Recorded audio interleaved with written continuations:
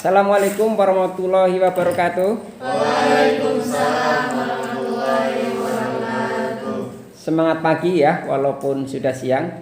Ya, Pak. Salam jumpa kembali pada perkuliahan kita hari ini pada mata kuliah manajemen keuangan lanjutan ya.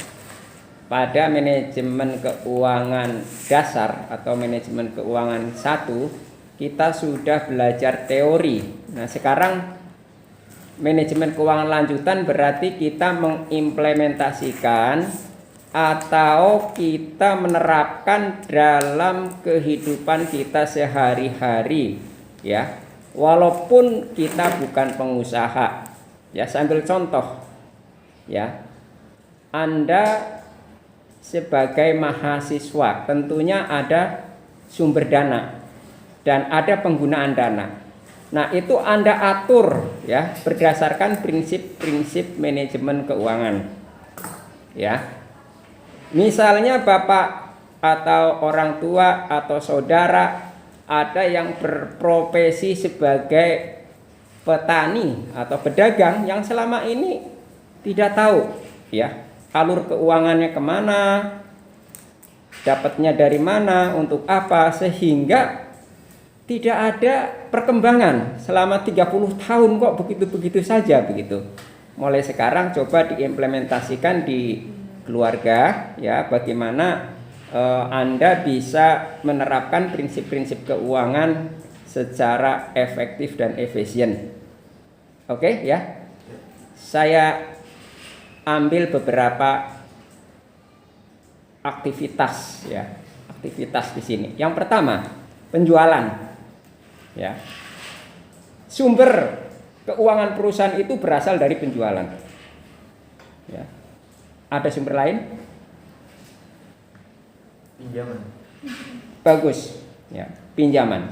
Tapi apakah pinjaman itu sebagai sumber aktif ya, di mana kalau kita pinjam tidak ada penjualan, apakah kita akan bisa bayar kembali? Tidak ya. Nah, untuk bisa mendapatkan uang dari penjualan harus ada barang atau jasa yang harus dijual. Nah, itulah tugas kita, create ya. Di zaman sekarang ini sangat mudah ya mendapatkan barang atau jasa. Bahkan hanya dengan modal kreativitas Anda bisa melakukan aktivitas yang bisa menghasilkan uang. Contoh, teman kita kemarin, siapa yang pakai topi namanya? Nah, itu bikin konten video mengenai adventure ya di Gunung Gede ya. Iya kan? Kalian sudah melihat belum? Itu padahal sudah di-share di grup ya? Wah, itu luar biasa ya.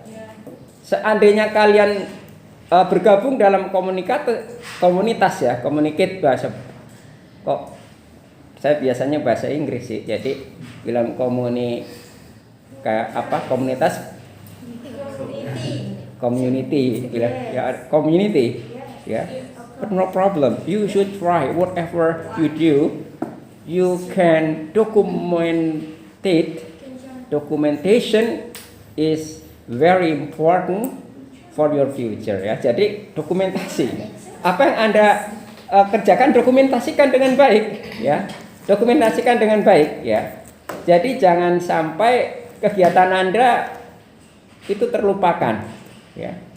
Kegiatan Anda hari ini akan menentukan masa depan Anda ya. Saya sebenarnya tidak ingin jadi dosen ya. Saya ingin jadi petani.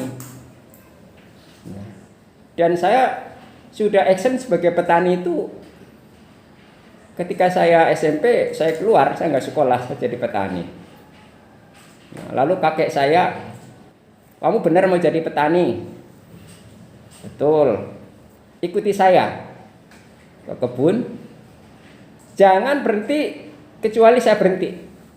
Nah, lalu mulailah jam 7 pagi sampai jam 11 tidak berhenti. Hebat sekali ya. Saya 1 jam udah nggak kuat kayak gitu. Wah, kalau begitu Anda tidak lulus jadi petani. Ya, nggak lulus jadi petani. Lanjutkan sekolah. Dan kamu tahu, anak-anak kakek, bapak kamu semua nggak ada yang mau jadi tani. Kenapa? Tani itu berat. Nah, jadi seperti itu. Nah, jangan heran ketika anak-anak petani itu nggak mau jadi petani. Tapi saya tetap cuma dengan cara lain, ya. Dengan cara lain, kita bertani tidak harus dengan tenaga sendiri, ya. Kalaupun kita pakai tenaga sendiri juga harus menggunakan alat bantu, ya. Sekarang petani bisa canggih loh, ya, bisa dengan teknologi, ya. Apalagi sekarang era digitalisasi, ya, kita bisa menggunakan artificial intelligence, ya, untuk aktivitas apapun termasuk bertani ataupun kegiatan Anda sehari-hari, ya, termasuk berpetualang, ya. Ya, zaman dulu kita ingin tahu ini di ketinggian berapa, perlu alat. Sekarang tinggal download aplikasi langsung Anda tahu, ya, pada ketinggian berapa Anda sekarang. pH tanah langsung bisa Anda deteksi dengan aplikasi. Lalu apalagi yang membuat Anda tidak punya aktivitas itu loh. Ya. Kalau saya harus menerangkan apa itu likuiditas, aktivitas, itu ya itu mundur. Ya. Sumber dana aktif, pasif itu mundur. Saya harus mengajarkan bagaimana Anda mendapatkan sumber dana dan bagaimana Anda bisa menggunakan dana itu untuk tujuan yang produktif, dalam arti bahwa ketika Anda mendapatkan dana, Anda harus memberikan hasil yang memadai kepada si pemberi dana itu atau investor gitu loh. Ya, saya ambil contoh. Mungkin Anda menyangka, kenapa kok orang pribumi miskin gitu? Ini menyangka atau fakta? Fakta atau hanya sangkaan saja? Hah? Ya, sebenarnya sama modalnya. Saya dulu pernah bekerja di Bank Mandiri, ya. Sebelum Bank Mandiri itu BDN, ya. Ada 2 orang mengajukan kredit, ya. Satu pribumi, satu non pribumi. Dari berkas yang diajukan pun sudah beda gitu loh. Ya, kalau pribumi cuma KTP sama KK saja. Non pribumi itu ada rencana penjualan, ada data historis, rekening koran, itu. Nah, saya sebagai account officer di bank tentunya ya bukan saya pilih kasih. Ya akan memberikan ke non pri tadi karena lebih lengkap gitu loh. Oke, itu ada tahap awal. Kemudian yang pribumi itu kita bina, Pak, harus dilengkapi, ya. Bapak itu harus buat laporan keuangan. Tanya, apa itu laporan keuangan? Katanya, oh maksud saya penjualan Bapak dicatat. Kemudian pembelian itu juga dicatat. Pak, saya nggak bisa nyatat Pak, karena semuanya nggak bisa dihitung secara tetap, ya, berubah-ubah. Tidak apa-apa gitu. Akhirnya nggak melakukan pencatatan. Oke lah, buka rekening koran, ya. Setiap Bapak jualan hasilnya setor. Ya, nanti aktivitas Anda itulah penjualan Anda. Misalnya Anda hari ini jualan 500.000, setor ke rekening. Nanti dalam sebulan itu akan kelihatan. Nah, kemudian Bapak nanti kalau mau belanja ambil. Nah, nanti kelihatan berapa Bapak ambil, itulah belanja. Kemudian berapa Bapak setor, itulah penjualan. Nah, begitu dikasih tahu seperti itu, niat liciknya kamu, wah kalau begitu saya gampang dong, saya setor hari ini, besoknya saya ambil, setor lagi, ambil lagi, setor, wah ketika dilihat oleh account officer akhir bulan, wah bagus nih aktivitas keuangan Bapak gitu. Ya. Ternyata setelah diselidiki, waduh, ini namanya akal-akalan gitu. Nah itu enggak jujur, ya, jadi jujur. Jadi jangan kita mengaku sebagai umat yang beriman kalau catatan aja tidak jelas ya. Coba saya tanya, ya. Kalau kita utang piutang dicatat nggak? Dicatat. Ya, dicatat. Dicatat. Iya, bagus. Kalau dalam kehidupan sehari-hari, kalau misalnya Anda utang, catat nggak? Dicatat. Ada saksi nggak? Ada. Nah, itu bagus ya. Jadi harus seperti itu. Ya. Anda tahu tidak ayat yang paling panjang di dalam Al-Qur'an? Al-Baqarah ayat 282. Nah, 282 tentang apa? Utang piutang. Nah, itu dia, ya. Jadi non-pri itu lebih tertib dalam hal catat mencatat daripada kita pribumi ya. Jadi itulah ya. Jadi jangan salahkan kalau usaha mereka lebih sukses ya. Jangan salahkan. Mereka lebih tertib ya. Saya pernah mengajar juga di kampus yang banyakkan non-pri ya. Sekarang namanya Kwityandikbis ya, school ya. Kalau dulu namanya IB ya. Saya belum masuk. Ya, mahasiswanya sudah kumpul ya. Jadi aturannya 5 menit sebelum dosen masuk, kelas harus full ya. Kalau lewat 5 menit itu tidak boleh masuk. Nah, sementara saya mengajar di Muhammadiyah juga ya. Ada Siti Muhammadiyah, sekarang ada Ahmad Dahlan, ada sekarang jadi ITB. ITB apa? Apa? Bukan. Institut Teknologi dan Bisnis. Ya. ITB Ahmad Dahlan kan? IDB, Pak. ITB. IDB. ITB. Nah, Ahmad Dahlan ya. Jadi banyak yang setengah jam ya, di kita juga lah, nggak usah jauh-jauh ya. Di kita ya. Banyak yang setengah jam perkuliahan baru mulai baru datang ya. Perkuliahan sudah berjalan setengah jam baru datang. Ya karena mungkin ya sibuk lah segala macam, tapi sebenarnya tidak ada alasan untuk itu. Ini adalah komitmen. Ya. Itu ya. Jadi pada pembahasan hari ini kita bicara mengenai aktivitas keuangan ya. Bagaimana kita menghasilkan penjualan gitu. Nah, kemarin kita kasih sampel ya. Produk ya. Ya, teman-teman mungkin buat sendiri ya. Itu berhasil menjual tidak? Tidak. Kenapa? Hambatannya apa? Saya waktu, Pak. Mana? Waktunya, Pak. Waktunya tidak ada. Anda punya waktu berapa jam dalam sehari? Malam aja itu juga Hah? tidur, Pak. Kerjaan itu akan selesai di tangan orang sibuk ya.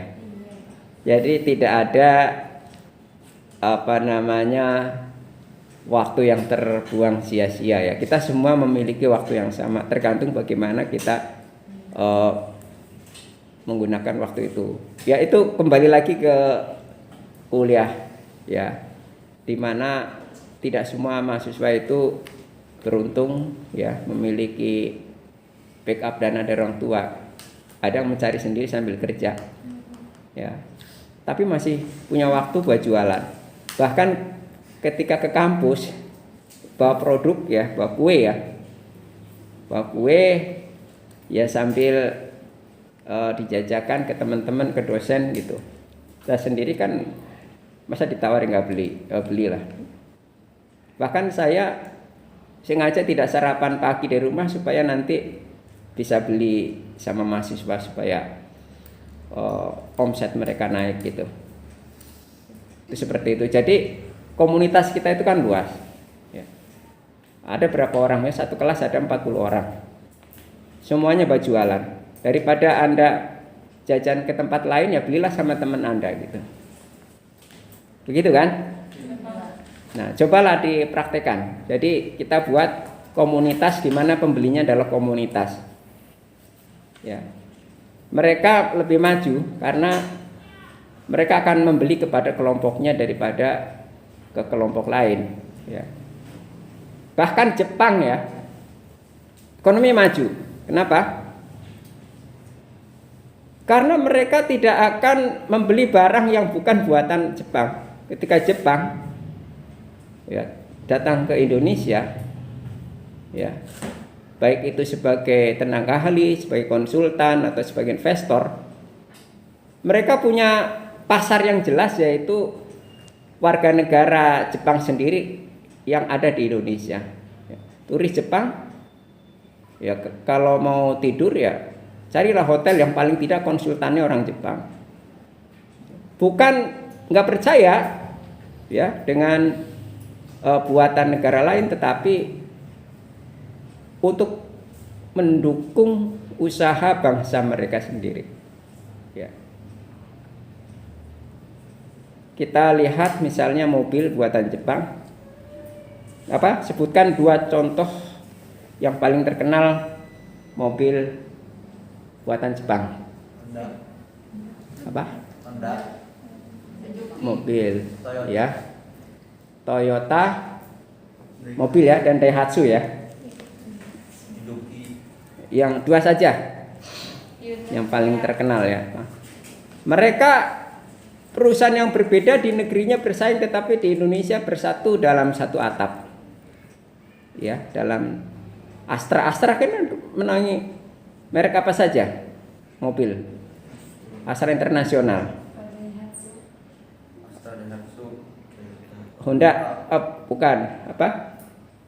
AHM, Astra, Honda ada juga, tapi untuk mobil Daihatsu, Toyota. Nah, itu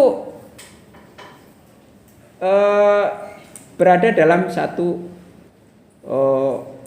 ATPM ya, agen tunggal pemegang merek, yaitu di negerinya bersaing, tapi di negeri orang bersatu. Kita juga harus begitu ya.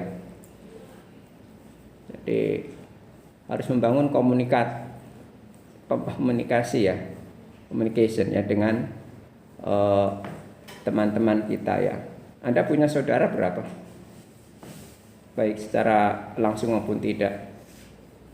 Punya teman, punya sahabat. Ya, makanya di dalam Islam itu silaturahmi itu akan membawa rezeki. Ya enggak? Nah, itu seperti itu. Ya, jadi ya ini sekedar enforcement saja ya dalam perkuliahan kita. Ya, itu dari aktivitas ya. Jadi mana kita bisa meningkatkan penjualan melalui komunitas yang kita bangun. Ya.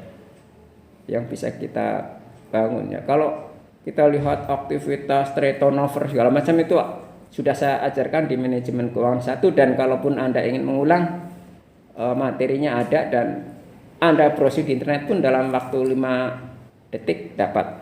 Tetapi ketika Anda ingin gagasan apa yang bisa menghasilkan penjualan, nah itu baru dosen yang harus memberikan contoh ya, bukan hanya menjelaskan.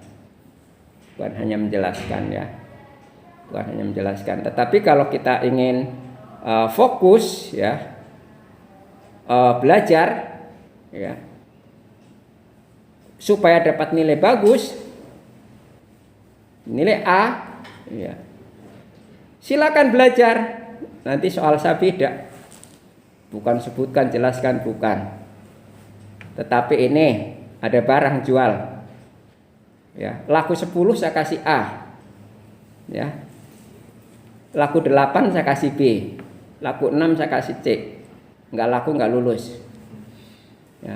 Nanti uangnya untuk apa? Uangnya, modalnya saya ambil, untungnya silahkan Anda ambil ya. Baru nanti Anda praktekkan setelah lulus seperti itu ya. Itu ya. Oke ya. Ada pertanyaan sampai di sini? Sengaja saya tidak jelaskan secara teoritis ya, hanya motivasi dan implementasi ya. Nanti kita praktek ya. Oke, yang sudah buat channel di YouTube, silakan Anda isi konten semenarik dan sebanyak mungkin. Carilah subscriber dan viewer sebanyak mungkin ya. Coba Anda pelajari cara-caranya. Anda cari testimoni dari YouTuber yang lain, bagaimana supaya mereka sukses. Kenapa? Karena di sini ya, kita tidak perlu modal finansial terlalu banyak, cukup kreativitas ya, dan itu enjoy ya. Ketika Anda membuat video petualangan di Gunung Gede itu enjoy nggak? Enjoy ya. Seperti itu. Ketika misalnya Anda masak kemudian bikin konten, enjoy nggak?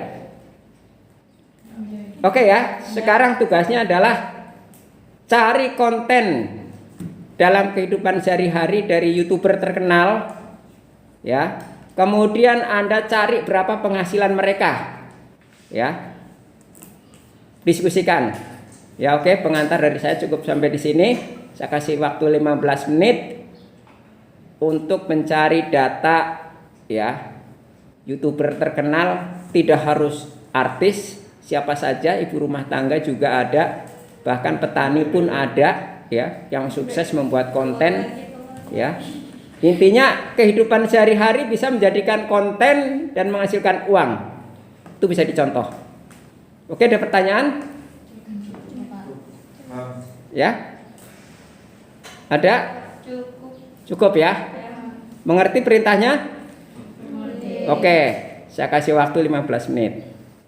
Terima kasih. Assalamualaikum warahmatullahi wabarakatuh. Nanti 15 menit kemudian saya cek hasilnya.